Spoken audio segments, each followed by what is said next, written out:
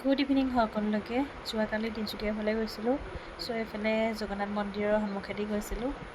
ডিব্ৰুগড় পাৰ হৈ ইমান বৰষুণ অৱশ্যে ভালো লাগিল, গৰম আছিলে অলপ অলপ। চ' বৰষুণ দিয়াৰ কাৰণে ৰাস্তাটো জাৰ্ণিটো ভাল লাগিল, ঠাণ্ডা লাগিলে অলপ। তাৰপিছত এই অফিচ পাই গ'লোঁ, এতিয়া বহি আছোঁ। আমি যথেষ্ট সময় বহিলোঁ, যিটো কামৰ কাৰণে গৈছিল। মানুহজন নাছিলে মানে, 1.5-2 ঘণ্টামান বহাৰ পিছত আহিলে আৰু তাৰপিছতে তেখেতক লগ কৰি মেলি ঘৰমুৱা হ'লোঁ। ইমান ধুনীয়া পৰিৱেশ চাওকচোন। অলপ ভিডিঅ' কৰিছিলোঁ। তাৰপিছতে ভোক লাগিল, আহিলোঁ এয়া কৃষ্ণচূড়াত সোমালোঁ। বেটিয়ে বোলে ভাত খাওঁ, সেয়া আমাৰ ভাতৰ থালি। চাওকচোন খাই মেলি থালি কেনেকুৱা কৰিলোঁ, থালি কৰি পেলালোঁ।